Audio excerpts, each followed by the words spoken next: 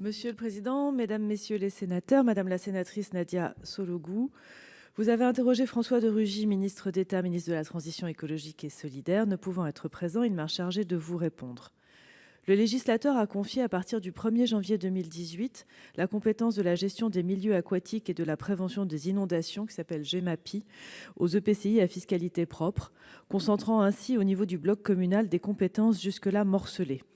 Celui-ci pourra ainsi concilier urbanisme, c'est-à-dire la meilleure intégration du risque d'inondation dans l'aménagement du territoire et dans les documents d'urbanisme, la prévention des inondations, notamment la gestion des ouvrages de protection, et la gestion des milieux aquatiques eux-mêmes. S'agissant des digues domaniales de l'État, le législateur a prévu une période de transition adaptée qui prendra fin en janvier 2024, pendant laquelle l'État continue d'assurer sans refacturation la gestion de ces ouvrages pour le compte des intercommunalités concernées. Les intercommunalités qui le souhaitent peuvent toutefois reprendre la gestion de ces digues avant 2024. Certaines intercommunalités ont d'ailleurs fait ce choix, de manière à avoir la pleine maîtrise des différents leviers d'action de la GEMAPI. Dans cette période transitoire jusqu'à 2024, l'État travaille en étroite collaboration avec les collectivités en charge de la GEMAPI, que ce soit pour les modalités de gestion de ces ouvrages, la réalisation des travaux de renforcement ou encore la préparation des dossiers d'autorisation des systèmes d'endiguement. Ces travaux ne seront alors plus à mener par les collectivités par la suite. La fixation des niveaux de protection des digues revêt en effet un choix structurant pour les territoires.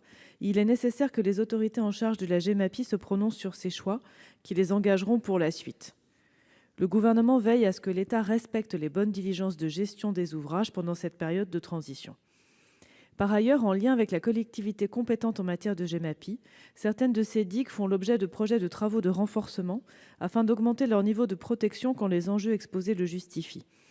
Afin de faciliter la réalisation de ces travaux, l'État a en particulier prévu dans le cadre de la loi de finances pour 2019 que les investissements financés sur le Fonds de prévention des risques naturels majeurs ne soient plus limités, comme c'était le cas auparavant, à un plafond annuel inadapté à la réalisation de ces projets.